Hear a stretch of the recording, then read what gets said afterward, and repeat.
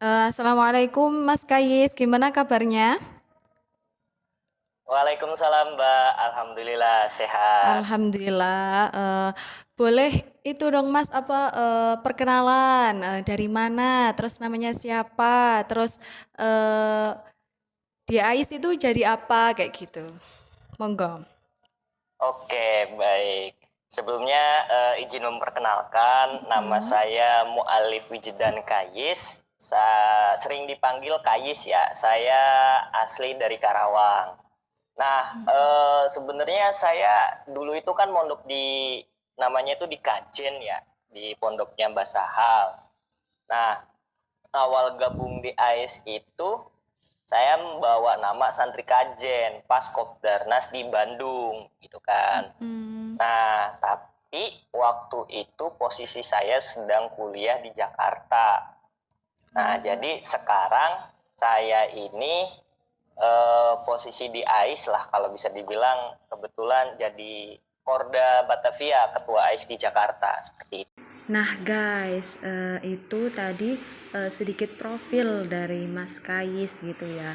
Nah, satu lagi kita punya Kakak Chance. Halo Kakak cantik. Halo teman-teman semuanya, kenalin, nama aku Putri. Nama lengkapnya sih Putri Septiana Ningrum, tapi teman-teman biasanya manggilnya Putri, itu cukup sih. Aku asalnya dari Kebumen, terus di AIS jadi apa? Di AIS jadi apa ya? Kayaknya ini kalau gak salah aku sih jadi wakil koordinator Jawa Tengah sih gitu. Jadi emang AIS Nusantara itu ada regionalnya. Jadi AIS Nusantara, terus ada AIS regional per provinsi gitu. Nah, kebetulan untuk yang wilayah Jawa Tengahnya, untuk wakil koordinatornya ada aku. Wah, Kak Putri nih cantik-cantik jadi Wakorda. Pasti AIS Jawa Tengah bangga nih punya Kak Putri. Terus kita lanjut ke Mas Kayis ya. Ini kok bisa ya Mas kan di AIS aslinya kan pakai notabene lah istilahnya pakai nama santri Kajen kayak gitu. Terus jadi kordanya di Batavia kayak gitu. Apa nggak jadi permasalahan kayak gitu? Eh, enggak sih, soalnya kalau ini ya apa namanya, ruang kontribusi lah istilahnya kan kayak gitu. Kalau kalau saya aktifnya nanti di Jawa Tengah itu nanti kurang efektif gitu kan. Soalnya keseharian saya ada di Jakarta. Nah, dan juga ya memang sih kalau sepanjang ini kebanyakan kerja sama kita itu by virtual gitu kan. Akan tetapi kita lebih bicara pada optimalisasi. Teman-teman domisilinya di mana, akhirnya kalau lebih optimal di situ ya udah nggak apa-apa. Itu aja sih Mbak. Gitu ya. Terus kan di AIS sudah lama ya Mas kira-kira. Nah, kira-kira banyak pasti pengalamannya yang didapat di AIS kayak di kegiatan-kegiatan AIS. Nah, menurut Mas Kayis pengalaman yang berkesan atau kegiatan yang istilahnya dikenang lah sampai sekarang gitu. Kena gitu. Kegi Kegiatan yang dikenang, waduh iya ya. Saya gabung di AIS kalau secara resmi itu kan di Kopdarnas Bandung ya Mbak ya, tahun 2017 gitu kan. Akhirnya ya semenjak pertama kali gabung itu saya dipasrahi jadi wakil Korda gitu kan. Cuman wakil Korda itu berapa bulan gitu ya. Berapa bulan abis itu langsung jadi Korda, ganti, astagfirullah, padahal itu saya masih maba itu tahun pertama kuliah, tapi ya nggak apa-apa lah gitu kan. Jadi banyak hal yang terjadi ya, karena bagaimanapun teman-teman di Jakarta ini kan eh, apa ya, secara geografis kan pemerintahan pusat ada di Jakarta. Jadi banyak sekali event dan kegiatan yang istilahnya akhirnya diwakilkan gitu Mbak sama teman-teman di Jakarta, kayak kerja sama dengan Siberkreasi, dengan apa gitu kan. Akhirnya kalau menurut saya itu sangat berkesan ya, soalnya ya saya kan ya nggak, ya tadi masih mahasiswa baru gitu kan, tapi menjadi representatif dari AIS Nusantara, perwakilan gitu kan, baik di dalam event, pertemuan atau apapun gitu kan, sehingga eh, itu memang tantangan, tapi menjadi motivasi bagi saya juga gitu kan, biar saya ya jangan gini-gini doang gitu kan. Ini eh, ini tuh bukan hanya sekedar perwakilan saya pribadi, tapi perwakilan atas nama AIS Nusantara.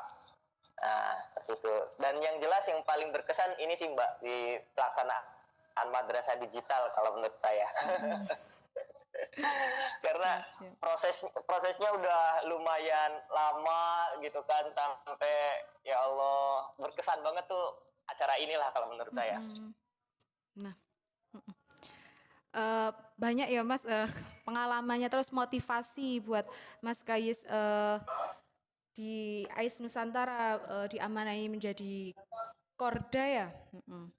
Oke. Nah, kayak itu kan pasti banyak problem atau masalah. Nah, gimana cara Mas Kayis menyelesaikan masalah itu? Padahal kan fokusnya Mas Kayis kan nggak cuma di AIS Nusantara, banyak kegiatan-kegiatan lain yang harus Mas Kayis selesaikan kayak gitu. Gimana caranya membagi antara menyelesaikan masalah yang ada di AIS Nusantara sama yang ada di kehidupan pribadinya Mas Kayis kayak gitu.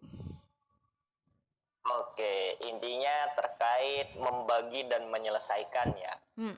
Kalau menyelesaikan menurut saya cukup di ini sih, di komunikasi ya. Sepanjang perjalanan ya, selama itu ada komunikasi ya insya Allah aman lah gitu kan. Walaupun ya namanya dalam kehidupan ya pasti ada aja gitu kan, Pasti. kejadian yang kurang mengenakan. Tapi kalau udah ketemu di warung kopi kayaknya aman-aman aja, itu udah kelar, duduk bareng ngobrol udah kelar gitu kan. Nah, terkait apa namanya membagi tadi gitu kan, kalau menurut saya dalam organisasi itu hanya kuncinya satu sih, terkait manajemen gitu kan. Gitu kan. Nah, akhirnya ya prioritas memang bisa dikatakan tetap ada hal-hal yang perlu kita prioritaskan, tapi dalam hal itu juga tidak menjadi halangan gitu kan, walaupun kita punya prioritas tapi sampingan itu kita tinggalkan. Nah, menurut saya jadi kuncinya di itu sih Mbak, dalam membagi itu ya manajemennya kita terapkan, ada yang kita posisikan sebagai prioritas mana gitu kan, momentumnya itu gimana, ya skala prioritas lah akhirnya di situ. Nah, itu juga menjadi pegangan dan bekal saya akhirnya kejadian dan kemungkinan buruk dulu itu bisa teratasi dan terminimalisir gitu kan. Itu Mbak. Iya. Ya pasti itu manajemen waktu ya Mas Kayis ya, kuncinya. Terus pengalaman. Nah biasanya kan kalau pengalaman yang banyak pasti kan tahu strategi atau caranya menyelesaikan dan membaginya kayak gitu. Nah itu guys, sedikit pengalaman, banyak pengalaman yang didapat Mas Kayis dari AIS Nusantara. Nah sekarang kita harus tahu nih pengalaman atau kenapa sih Kak Putri ini nyantol di AIS. Ayo, kenapa Kak Put kok bisa nyantol di AIS? Ceritanya gimana nih Kak? Ceritanya itu dimulai dari sekitar 3 tahun yang lalu lah. Itu aku jadi admin salah satu media nasional tapi yang berbasis pesantren gitu. Terus akhirnya kenal sama teman-teman AIS, terus akhirnya nyaman di AIS gitu. Wih, mantul nih guys, Kak Putri milih Ais, nyantol di Ais, terus nyaman sama eh, anggota Ais. Nah, siapa tahu kalian nih para guys-gaisah milih Ais, terus nyantol juga nih di Ais, nyaman sama anggota-anggota lainnya kayak gitu. Terus nih Kak Put, kira-kira pengalaman ketika di AIS, selama di AIS, pengalaman yang paling nyentrik menurut Kak Putri, apa nih Kak Put? Apa ya pengalaman yang nyentrik tuh? Sebenarnya pengalaman-pengalaman di ICE tuh kebanyakan baru buat aku ya. Soalnya ibaratnya tuh mereka punya satu jalur masing-masing dan mereka tuh expert di bidang itu. Jadi ketika ngobrol sama orang ini expert bidang misalkan dia copywriter gitu kan. Terus yang satunya dia expert bidang untuk desain, expert di bidang yang lainnya lagi misalkan video. Jadi ternyata banyak dunia yang memang belum tahu dan ketika ngobrol tuh banyak hal-hal yang baru dan itu menurutku sangat seksi banget gitu kan ditanya.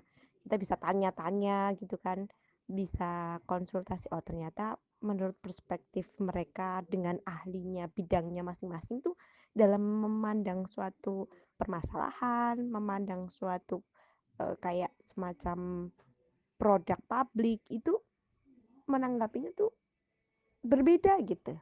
Itu sih yang paling unik dan kalau yang pengalaman-pengalaman yang apa tuh bahasanya nih di sini nyentrik apa ya? Sejauh ini itu sih yang paling nyentrik karena one man one karakter dan itu kuat banget karakternya mereka di Ice. Nah, gini Kak Put, kan menurut Kak Putri itu ada statement bahwa one man one karakter lah kayak gitu. Nah, padahal pada kayak organisasi seperti ini kan toleransi itu banget banget banget sangat penting kayak gitu. Terus sensitif banget. Nah, kayak gitu. Nah, menurut Kak Putri gimana nih cara para anggota AIS untuk menyikapinya kayak gitu? Ya bisa dikatakan seperti itu sih kayak toleransinya udah oh ya itu jalanmu kamu mau meng-up tentang masalah itu lewat content writernya kamu oke gitu kan terus kalau ada yang mau bikin video ya oke terus kalau ada perbedaan-perbedaan juga mereka ngobrol habis ngobrol sebenarnya pas ngobrol itu pun juga kayak yang nggak bisa pokoknya gini-gini tapi akhirnya nanti satu sama lain kayak menambal gitu karena tidak mungkin dalam satu pemikiran itu bisa mencakup keseluruhan pemahaman orang-orang konsumen di media sosial. Artinya apa? Jadi setiap detail bukan detail. Jadi setiap pemikiran dari konten kreator itu pasti ada pasarnya sendiri. Misalkan ada yang suka kopi, pasti nanti sasaran pasarnya mas-mas yang suka ngopi, mas-mas yang suka ngerokok, macam-macam begitu. Sedangkan kalau mbak-mbaknya yang suka pakai celak, nah macam-macam begitu kan ada pasarnya sendiri. Begitupun juga untuk konten-konten yang ada di media sosial. Mau dia sekeras apapun, ibaratnya ihdina syiratal mustaqim ya, pasti ada aja yang jadi konsumennya. Misalkan dia penghasil produk halal haram kayak gitu kan di media sosial. Gimana sih masalah misalkan bulu mata palsu? Apakah haram, apakah halal, macam-macam begitu. Atau permasalahan yang lain. Konten-konten seperti itu kan konten-konten yang sangat kaku, baratnya gitu. Eh, karena fikih gitu kan. Tapi bukan berarti mereka itu tidak ada mangsanya. Justru mereka-mereka mangsanya malah besar karena orang-orang urban misalkan itu males untuk berpikir yang terlalu jauh. Wah ternyata dalam tataran fikih itu tidak hanya halal haram gitu. Mereka nggak mau mikir seperti itu. Mereka inginnya produk yang udah jadi. Oh bulu mata itu palsu, bulu mata palsu itu haram. Selesai hidup mereka. Saya taklid ke hal itu sudah selesai gitu. Jadi setiap desain, setiap gaya penyampaian itu punya fansnya masing-masing. Just be they self. Udah. Terus kalau banyak pemikiran jadi rancu, mungkin kalau misalkan dalam satu produk itu gayanya dia lucu, misalkan udah khas banget, lucu nih ala-ala NU garis lucu, tapi kemudian nanti masuk banyak pemikiran-pemikiran orang untuk mempengaruhi NU garis lucu, ya bakalan jadi aneh gitu kan. Dan desain pun juga seperti itu.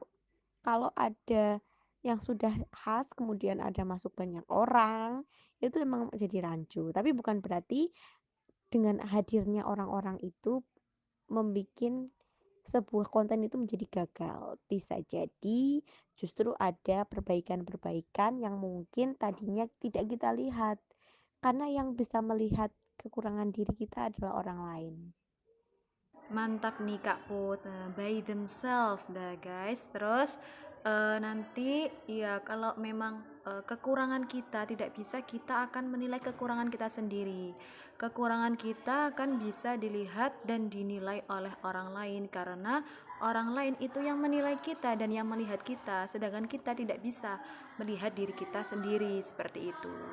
Jadi kita harus berkaca kepada orang lain, terus juga peduli dan care kayak gitu akan masukan-masukan dari orang lain kayak gitu, apalagi masukan yang positif. Nah guys, setelah kita berbincang dengan Kak Putri, yuk kita tanya tentang Mas Kayis. Kenapa sih Mas Kayis itu pilih Ais kayak gitu? Kenapa Mas? Yuk monggo dijelaskan. Pilih Ais. Nah, saya jadi dulu itu eh, sempet bengongnya itu apa ya, kayak terharu dan terinspirasi gitu kan waktu awal gabung di Ais di Kopdarnas. Saya penasaran, ini orang sebegitu banyaknya gitu kan di acara Kopdarnas Bandung. Mereka datang bisa dibilang dari seluruh penjuru Indonesia lah, walaupun sebenarnya keterwakilan cuman dari 7 provinsi ya, gitu kan. Tapi kan kalau secara status mereka semua itu kan bukan pengurus AISNU gitu kan. Mereka hanya kebetulan sudah tergabung di keluarga besar AIS Nusantara. Tapi mereka masih dengan semangat gitu kan untuk mengikuti acara nasional yaitu Kopdarnas. Nah, di sini juga saya yang sangat berkesan gitu kan, teman-teman bisa satu kepedulian, satu semangat dan satu frekuensi dalam dakwah digital gitu kan. Nah, akhirnya itu menurut saya kita dalam satu semangat yang sama, akhirnya berkumpullah kita di sebuah komunitas santri penggiat media sosial atau dunia digital. Di situ Mbak. Oh, siap. Terus kira-kira pesan buat AIS Nusantara sama buat para peserta Madrasah Digital AIS Nusantara. Gimana Mas? Monggo. Oke. Nah, jadi pesan ya, kalau bisa saya sederhanakan mungkin pesan secara umum aja gitu kan. Di era digital ini bukan lagi masanya kita hanya sebatas kompetisi, tapi kita untuk kolaborasi gitu kan. Nah, contoh kayak kalau saya menjadi admin dan jenengan juga jadi admin gitu kan. Kalau kita hanya gerak sendiri-sendiri, dampak yang akan dirasakan oleh halayak umum itu ya circle-nya cuma saya aja gitu kan. Circle-nya cuma punya sampean aja. Beda halnya jika kita kolaborasi, dampaknya akan lebih bisa luas lah gitu kan. Dan juga dengan adanya kolaborasi kita bisa sinergikan gitu kan. Kayak saya nanti punya keahlian apa dan sampean punya pengalaman apa gitu kan. Jika kita kolaborasikan, insya Allah kebermanfaatannya itu akan bisa lebih berdampak. Nah, jadi ya pesannya yaitu ayo di AIS gitu kan, mumpung kita punya wadah untuk berjejaring dan berkolaborasi, insya Allah itu menjadi keberkahan. Nah, siap Mas Kais. Terima kasih atas pengalaman, kayak pengalaman sharing lah, sharing terus pengalamannya kayak gitu, dan juga semangatnya buat kami para peserta Madrasah Digital AIS Nusantara kayak gitu. Ya.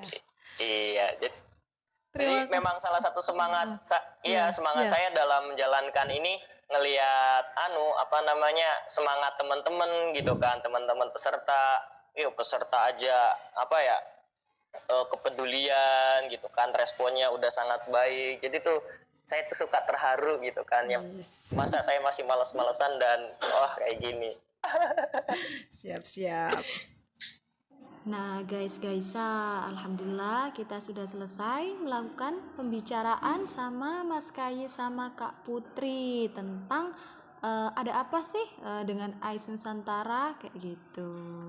Jadi kali ini kita dapat banyak pelajaran tentang pengalaman, baik itu pengalaman yang nyentrik atau pengalaman yang mengenangkan kayak gitu. Dengan begitu kita harus memperbanyak pengalaman, karena pengalaman merupakan guru dari segala kehidupan. Karena banyak sekali pengalaman, maka kita tidak akan tersesat dalam menjalankan kehidupan kayak gitu guys dan Gaisa. Terima kasih untuk Mas Kais dan Mbak Putri dan Kak Putri, dan terima kasih karena kalian semua sudah bersedia untuk mendengarkan podcast ini. Saya mohon undur diri. Cukup sekian. Assalamualaikum warahmatullahi wabarakatuh.